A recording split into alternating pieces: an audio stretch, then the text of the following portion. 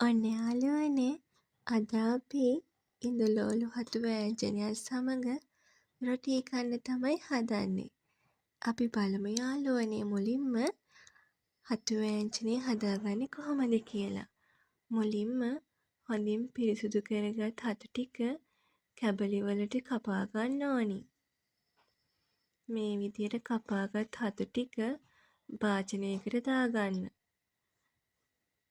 භාජනයට දාගත්ත හතු ටිකට කහ ස්වල්පයක් සහ ලුණු ස්වල්පයක් එකතු කරලා හොඳින් කලවම් කරගන්න. අපි දැන් බලමු යාළුවනේ හතු වෑංජනයට අවශ්‍ය කරන දේවල් මොනවද කියලා. කොටාගත්ත ඉඟුරු සහ සුදු ලූණු, රම්පෙ, කරපිංචා, බීලූණු, කුරුඳු, අමමිරිස්, තක්කාලි. දැන් යාළුවනේ හතු වෑංජනයට අවශ්‍ය කරන මිරිස් කුඩු සහ තුණුපහ කුඩු ටික හොඳින් බැද ගන්න ඕනි. මේ විදිහට රන්වන් පාට වෙනකන් මිරිස් ටික සහ තුණුපහ කුඩු ටික හොඳින් බැද ගන්න. ඒ ටික ඒ විදිහට බැදලා තියාගෙන යාළුවනේ හතු වෑංජනය හදන්න තමයි යන්නේ යාළුවනේ. ඊට අවශ්‍ය කරන පොල් තෙල් මේ ආකාරයට හට්ටියට දාගෙන එය හොඳින් රත් වූ පසු මුලින්ම සුදු ලූණු සහ ඉඟුරු ටික එකතු කරගන්න. ඒ ටික හොඳින් රන්වන් පාට වෙනතුරු බැද ගන්න යාළුවනේ.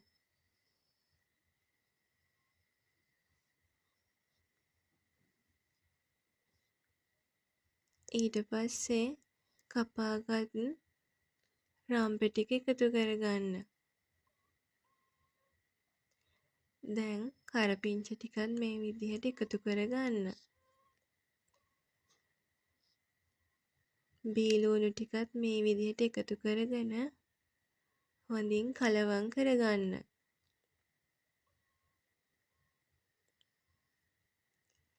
රන්වන් පාට වෙනතුරුම කලවම් කරගන්න යාළුවනේ. කපාගත් තක්කාලි ටිකත් මේ විදිහට දැන් එකතු කරගන්න. දැන් හොඳින් කලවම් කරගන්න යාළුවනේ.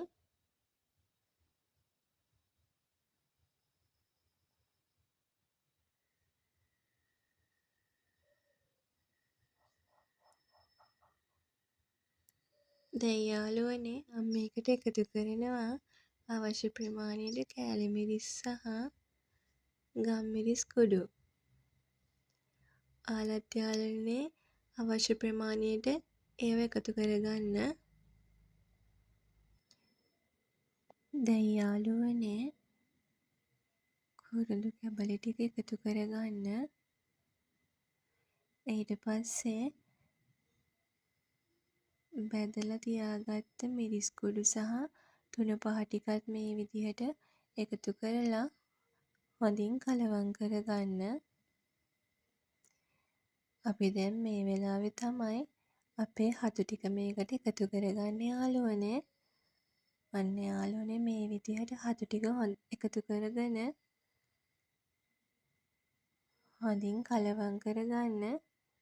මතක තියාගන්න යාළුවනේ මේ හතු වෑංජනයට කිසිම අවස්ථාවකදී වතුර ස්වල්පයක්වත් එකතු කරන්නට එපා. මොකද යාළුවනේ මේ හතු වල ස්වභාවිකවම වතුර තියෙන නිසා. මේ වෙලාවේ ගොරක ටිකකුත් එකතු කරගන්න අමතක කරන්න එපා යාළුවනේ. මේ විදිහට යාළුවනේ හොඳින් කලවම් කරගන්න ඕනි.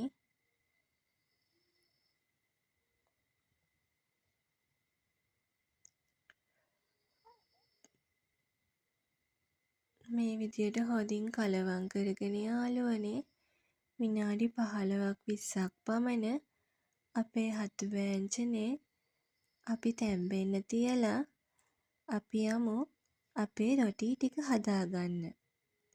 ඔන්න යාළුවනේ රොටී ටිකට අවශ්‍ය පිටි සහ පොල් මේ විදිහට කලවම් කරගෙන ඒට අවශ්‍ය විදිහට ලුණු ස්වල්පයකුත් එකතු කරගන්න.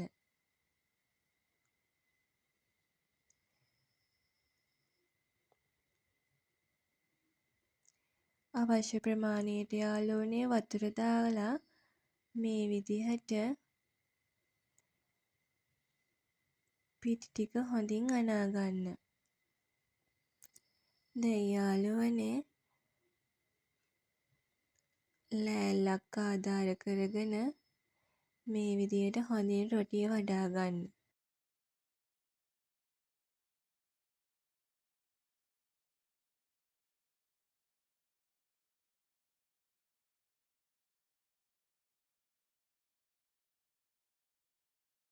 දැන් යාළුවනේ මේ වඩාගත් රොටිය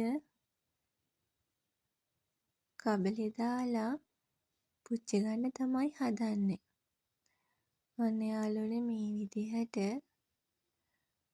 දෙපැත්ත දාලා හොඳින් රොටිය පුච්ච ගන්න. හරි යාළුවනේ දැන් අපේ ඉඳලෝලු හතු වෑංජනෙත් හරි ගිහිල්ලා තියෙන්නේ. බලන්නකෝ යාළුවනේ හතු වෑංජනේ පාට හරිම ලස්සනයි. දැන් යාළුවනේ අපි හදන්නේ ඉඳලෝලු හතු වෑංජනෙත් එක්ක රොටී කන්න. එහෙනම් යාළුවනේ ඔයාලත්